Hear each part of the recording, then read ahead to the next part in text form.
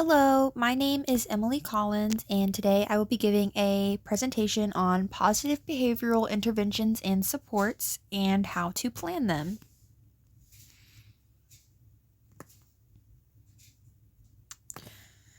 So, PBIS is a proactive approach that helps create a positive school climate for students, especially those with exceptionalities.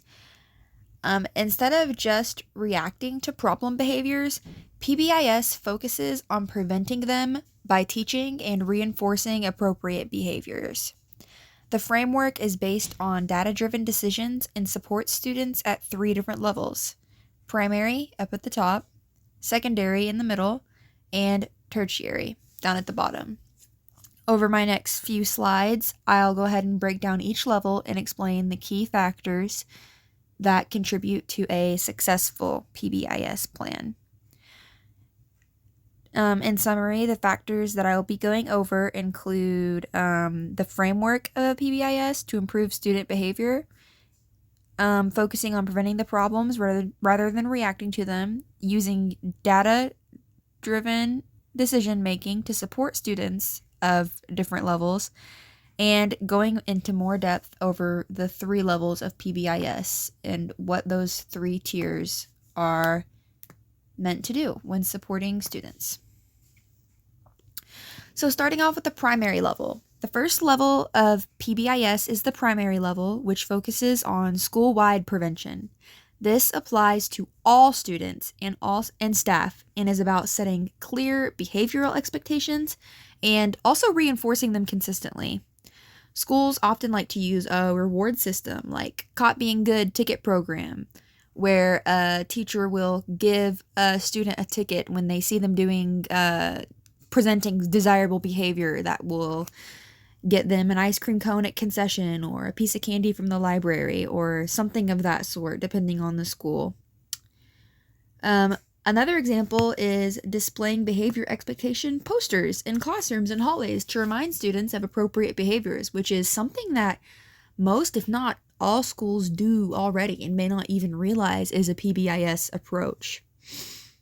The goal at this level is to create a positive and structured environment that minimizes behavior issues before they start.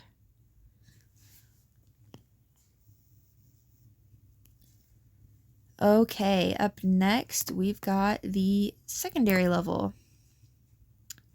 The secondary level of PBIS is for students who need additional support beyond universal strategies.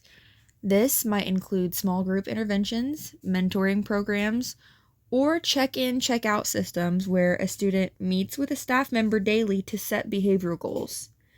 For example, a student who frequently disrupts class might participate in a morning check-in where they review their goals and strategies to stay focused throughout the day. These interventions provide structured support and help students develop better self-regulation skills. Okay, the last level in PBIS, the tertiary level. This level is for students with persistent and significant behavioral challenges. These students require individualized interventions such as FBA and BIPs.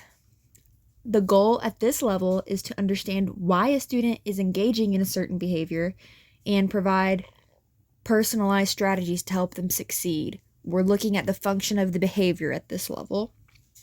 For example, a student with frequent emotional outbursts might have a calm down corner in the classroom with visual supports and sensory tools to help them self-regulate.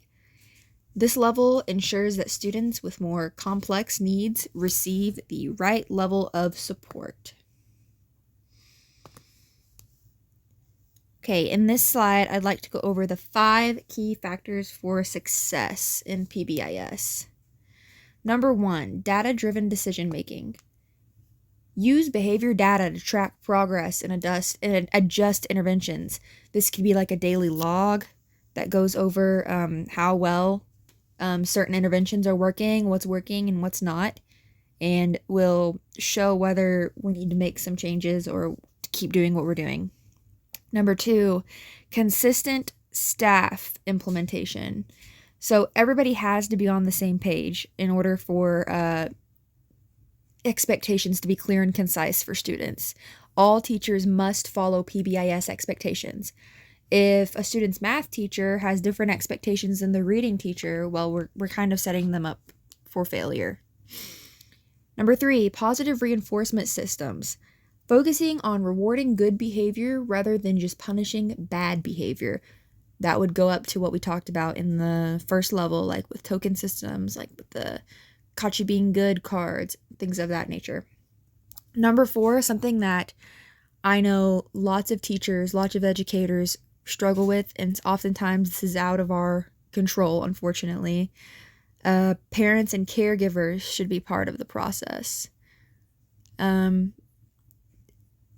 So there's only so much we can do with that in some situations, but maintaining consistent communication with parents and trying to make sure that you're on the same page with them is going to help initiate student success. And finally, ongoing training and support. Provide professional development for teachers to sustain PBIS efforts.